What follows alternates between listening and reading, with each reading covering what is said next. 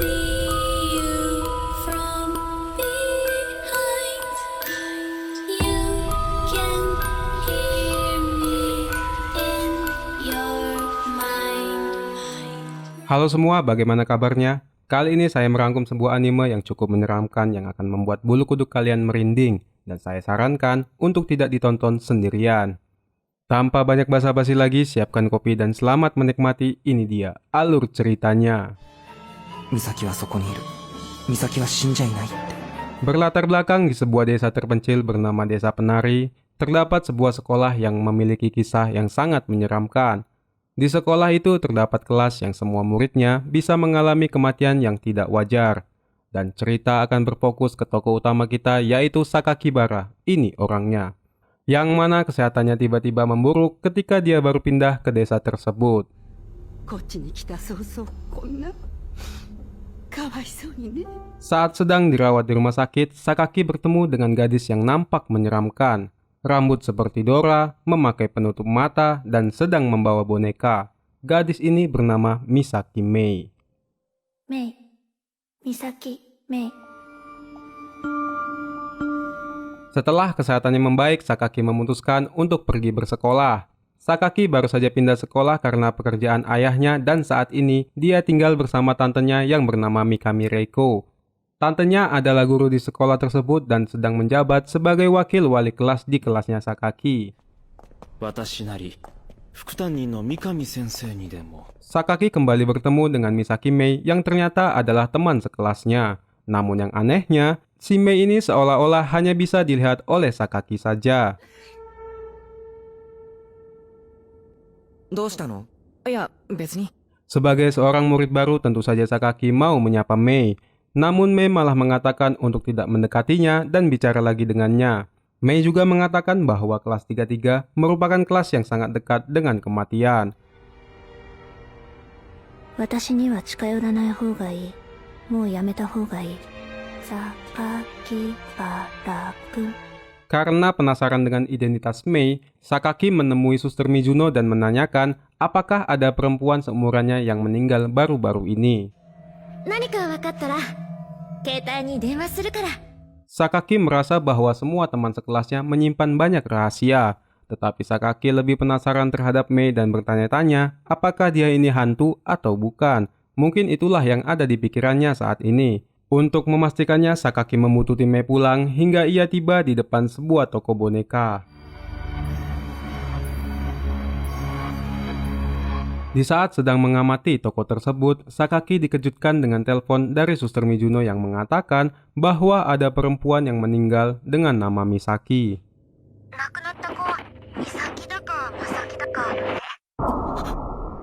Walaupun Sakaki shock mendengar hal tersebut, namun tidak membuat jiwanya gentar sedikit pun. Sehingga dia langsung masuk dan memastikan apakah Mei itu hantu atau bukan. Dan alangkah terkejutnya Sakaki ketika melihat boneka yang sangat mirip sekali dengan si Mei. メイ、なんでこんな。こういうの嫌いじゃないんだ。なぜ？ Sakaki menanyakan hal-hal yang selama ini sangat mengganggunya, tapi Mei malah menjawab dengan menceritakan legenda kelas 33. Dikisahkan 26 tahun yang lalu ada murid perempuan yang dicintai oleh semua orang. Tapi ketika masuk tahun ketiga, gadis itu mengalami kematian yang masih diperbincangkan penyebab kematiannya. Karena tidak dapat menerima kenyataan pahit itu, teman-teman dan wali kelasnya bersikap seolah-olah gadis itu masih hidup. Bahkan kepala sekolah pun setuju untuk meletakkan bangkunya di upacara kelulusan. Dan saat melakukan sesi foto, terjadilah kejadian yang aneh yang mana mereka semua dikejutkan dengan kehadiran sang gadis di dalam foto tersebut. Gadis itu bernama Misaki. 美咲っていう名前だったの。 Untuk memastikan kebenarannya, Sakaki menanyakan cerita itu kepada Mikami Sensei. Tetapi Mikami Sensei seperti mengelak dan bilang kalau cerita itu hanya dibesar-besarkan. 光一くんはあんまり気にしない方がいいんじゃないかな。 Namun hal itu berbanding terbalik saat Sakaki menanyakan kepada teman sekelasnya. Dia langsung mendapatkan peringatan untuk tidak berurusan dengan sesuatu hal yang tidak ada.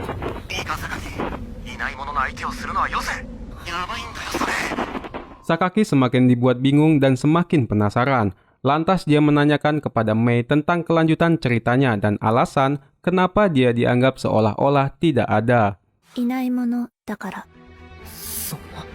あなただけだとしたら。 Sontak saja Sakaki langsung dibuat merinding dan seketika itu juga teman sekelasnya yang bernama Sakuragi sangat ketakutan melihat mereka bersama. Saking takutnya, dia langsung pergi dan berlari menuruni anak tangga dan sungguh takdir yang tidak disengaja membuat Sakuragi terpleset dan tewas dengan amat sangat mengenaskan.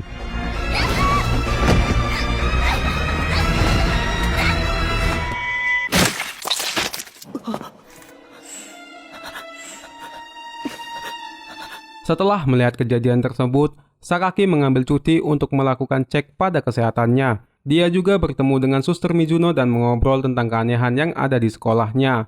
Lalu Sakaki meminta kepada Suster Mizuno agar menanyakan tentang Misaki Mei kepada adiknya yang merupakan teman sekelasnya. 何か分かったら電話するね。 Dalam perjalanannya pulang dari rumah sakit, Sakaki bertemu teman sekelasnya yaitu Ayano yang bolos dari sekolah. Saat sedang asik bercanda gurau, tiba-tiba angin bertiup kencang dan membuat sebuah kaca hampir menimpa mereka.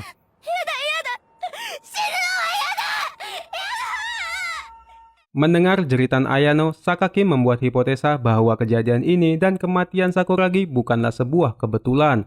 Untuk itu, Sakaki menemui Mei dan menanyakan apa yang sebenarnya terjadi di kelas 33. Berharap mendapat pencerahan, malah Sakaki semakin dibuat kebingungan ketika Mei mengatakan bahwa itu sudah dimulai dan Mei langsung menghilang. ねえ、美咲。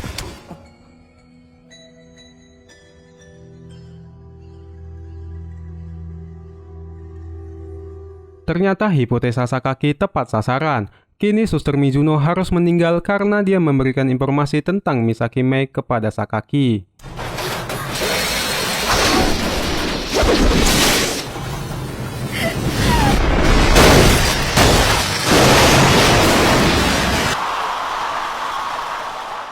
Tak pula cukup sampai di situ, teman sekelasnya yang juga mencoba menjelaskan tentang Mei ikut menjadi korban karena serangan jantung dan tewas saat itu juga. 美咲メイは。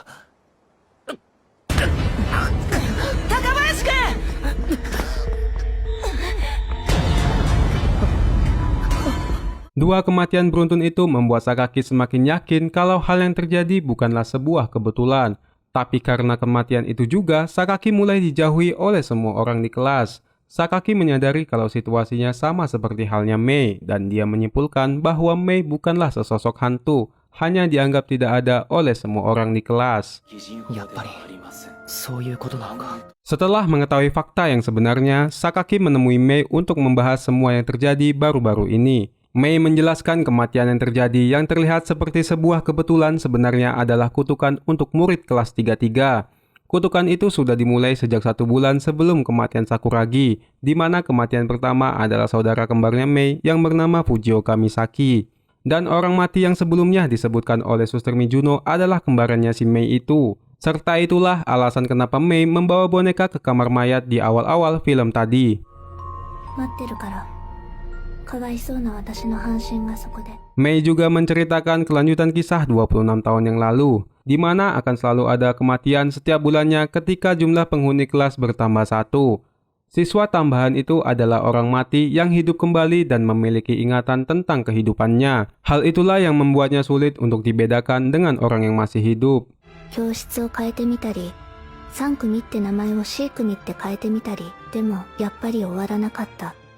Kemudian 10 tahun yang lalu kelas 33 menemukan sebuah cara untuk mencegah kematian setiap bulannya, yaitu mengasingkan 1 orang serta menganggapnya tidak ada, dan dengan begitu jumlah penghuni kelas tidak bertambah. Inilah alasan kenapa Mei dianggap tidak ada oleh semua orang di kelas. そんなおまじない。 Sakaki mulai mencari informasi dan melakukan investigasi tentang kutukan tersebut. Dia menemui Chibiki, ini orangnya, yang mana 26 tahun yang lalu dia adalah wali kelas 33. Saat ini Chibiki bekerja sebagai penjaga perpustakaan karena merasa sangat bersalah atas perbuatannya dulu, yang awalnya hanya mengenang kematian malah berubah menjadi sebuah kutukan. Dari yang Chibiki katakan, Misaki yang meninggal 26 tahun yang lalu bukanlah seorang perempuan, melainkan laki-laki. 名字はこの町の名と同じ読山美咲というのがフルネームだ。 Chibiki mengatakan bahwa kutukan melekat pada semua orang di kelas termasuk keluarga mereka. Kutukan ini juga menyebabkan fenomena di mana semua ingatan dan catatan kependudukan di desa penari ikut berubah. Dia juga menambahkan bahwa orang tambahan itu datang dari penghuni kelas sebelumnya yang sudah tiada. だが理屈は全くわからない。基本的にはお手上げなのさ。 Dari informasi yang didapatkan, Sakaki terkejut ketika menemukan fakta bahwa ternyata penyebab kematian ibunya adalah kutukan ini, yang mana 15 tahun yang lalu saat Sakaki dilahirkan bertepatan dengan tantenya Mikami Sensei menjadi murid kelas 33. ごめんね。どうしようもなくて、私。姉さんのことは本当にわからない。 Belum cukup mendapatkan petunjuk, kutukan itu terus berlanjut hingga menimpa wali kelasnya yang sudah frustasi dan melakukan bunuh diri tepat di depan muridnya.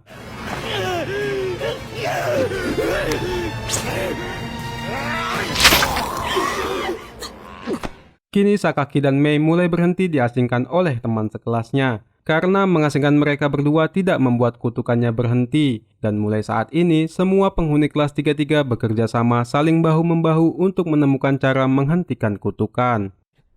あなた、生まれていないのかもしれない。最悪であなたのお母様が亡くなられた。それから15年経った今、あなたは転校生として。バカな、そんなバカな話。本気にしないでね。 Kemudian Sakaki menemui Matsunaga, ini orangnya, yang mana dulunya dia adalah murid kelas 33 dan berhasil menghentikan kutukan tersebut.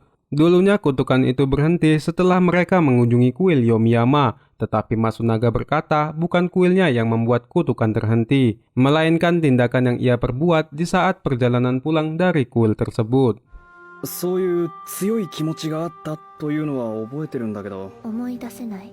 Namun secara tiba-tiba angin bertiup kencang dan menerbangkan bola ke arah lepas pantai. Dengan sigap temannya Sakaki mencoba mengambil bola tersebut. Dan sungguh hal yang sangat mengenaskan. Bola digapai, nyawa tak sampai. Seketika itu juga, laut yang tadinya biru langsung berubah menjadi merah. Melihat kematian itu membuat Matsunaga teringat bahwa dia pernah meninggalkan sebuah petunjuk dan ia simpan di dalam kelas.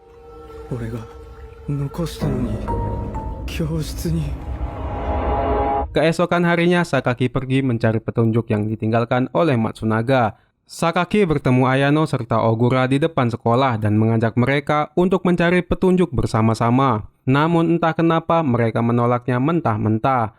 Dan apa yang terjadi kemudian? Ya, sungguh sangat mengironiskan. Karena Ayano beserta keluarganya mencoba melarikan diri dari desa.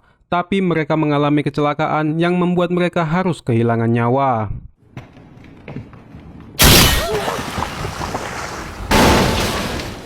Dan apa yang terjadi kepada Ogura sangat mencerobohkan. Dia mendapati rumahnya ditabrak oleh alat berat yang membuat kakaknya harus tewas di tempat.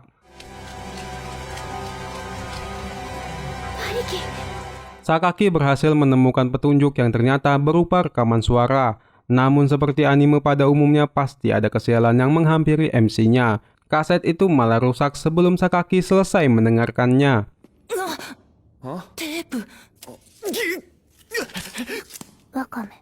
Tak lama kemudian kelas 33 melakukan perjalanan ke kuil Yomiyama. Mereka yang harusnya bersenang-senang malah memasang wajah yang nampak begitu suram. Seolah-olah mereka semua paham bahwa nyawa mereka sedang terancam.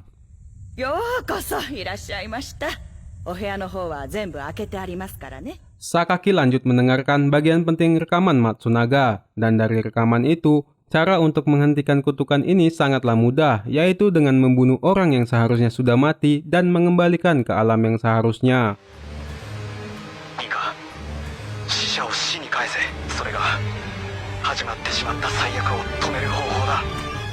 Tapi bukan masalah mudah atau tidaknya. Sugesti dari rekaman Matsunaga sungguh sangat mengerikan hingga membuat si goblok ini menyimpulkan secara sepihak bahwa ketua kelas adalah orang yang sudah mati dan langsung membunuhnya. Sakaki! Ore, yachimatta kamo! Okutari-san ni shitsumon.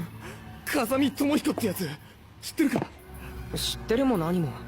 クラス委員長で勅使河原の腐れ縁だろ。 Kepanikan Sakaki bertambah ketika rekaman itu dicuri dan diperdengarkan di penginapan. Dan setelah cara menghentikan kutukannya tersebar, semua murid berniat untuk membunuh Mei yang mereka anggap sebagai orang yang sudah mati itu.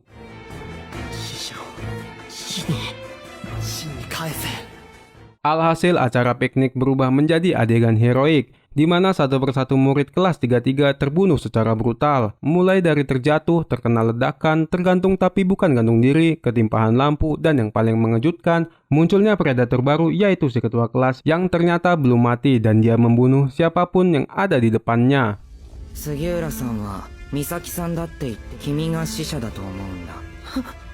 Melihat hal tragis yang terus-menerus terjadi, Mei bertekad untuk mencari dan membunuh orang yang seharusnya sudah mati itu. Ternyata, di balik penutup matanya, Mei memiliki mata boneka yang bisa melihat warna kematian dari benda maupun manusia. Mei dapat melihat warna kematian pada foto kelulusan ibunya Sakaki, di mana di foto itu ada Yomiyama Misaki yang merupakan dalang dari kutukan kematian ini. Mei juga semakin yakin bahwa warna itu merupakan warna kematian setelah melihat Akajawa yang sekarat mempunyai warna yang sama dengan Yomiyama Misaki.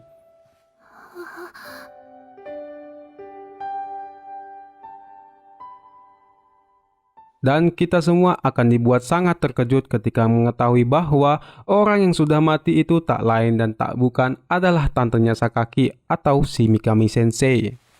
この人がもう一人、本当に三上先生、玲子さんがもう一人なの。 Akhirnya terungkap semua tentang siapa orang tambahan itu.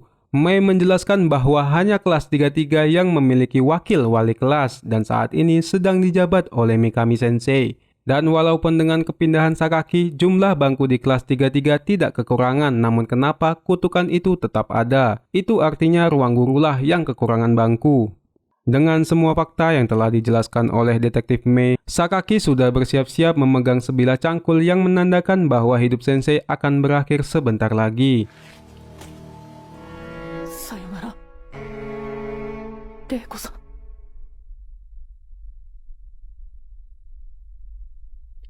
Setelah tragedi itu, semua penghuni kelas 33 tidak ada lagi yang mengingat tentang Mikami Sensei. Rupanya Mikami Sensei juga merupakan korban dari kutukan 2 tahun yang lalu, sehingga membuat arwahnya gentayangan sampai saat ini. Dan setelah apa yang terjadi, rantai kutukan juga telah terhenti hingga membuat anime ini tamat, ending yang sangat mengutukkan. Pesan-pesan yang bisa kita ambil dari anime ini adalah jangan berlari menuruni anak tangga apalagi sambil membawa payung. Selalu memastikan seberapa tua sebuah bangunan. Jangan terlalu serius dengan orang yang mempunyai penyakit jantung. Jangan bermain-main dengan pisau. Jangan berenang ke lepas pantai. Jangan mengemudikan mobil dengan cepat saat hujan. Selalu memastikan rem tangan telah diaktifkan saat memarkir kendaraan. Jangan bermain petak umpet saat hujan, jangan berada di dekat kaca saat hujan, dan tetap tenang saat terjebak di rumah yang terbakar.